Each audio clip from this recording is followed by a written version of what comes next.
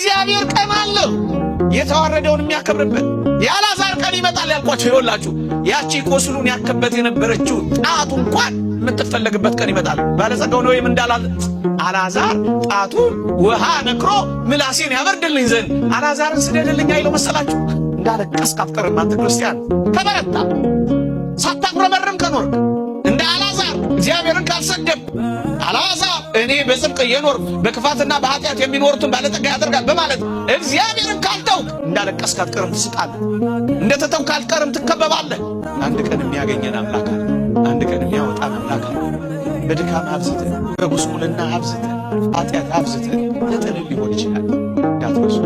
እግዚአብሔር ግን አንድ ቀን የቆሸሸውን የሚወለውልበት ቀን አለ። የጠቆረውን የሚያነጣበት ቀን አለ። የተጣለውን የሚያነሳበት ቀን አለ። የጠወለገውን የሚያለመልምበት ቀን አለ። የደከመውን የሚያበረታበት ቀን አለ።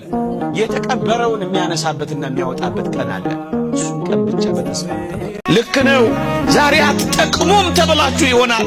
ቤተሰቦቻችሁ አትጠቅሙም ያሏችሁ፣ እጮኞቻችሁ አትጠቅሚም ብለው የተዋችሁ፣ አንተማ ለሥራ አታስፈልግም አትጠቅምም ተብለ ያነስክ የተባረርክ ለምንድነው አልጠቅምም ብለ ለራስ ደግሞ የነገርከው? ጣቶች ዛሬ በሚሆነው ነገር ሥራ አጣችሁ ሊሆን ይችላል። ትምህርት አልሳካ ብሎ ተዘግቶ ሊሆን ይችላል። የምወዳቸውን እንዴት እጦራለሁ ብላችሁ ጭርምት ኩርምት ብላችሁ እያላዘናችሁ እያለቀሳችሁም ሊሆን ይችላል። እኔ ያልጠቀስኩት ብዙ ፈተና ሊኖራችሁ ይችላል። ይሄ ማለት ግን የነገ ሕይወታችሁ ነው ማለት ግን አይደለም።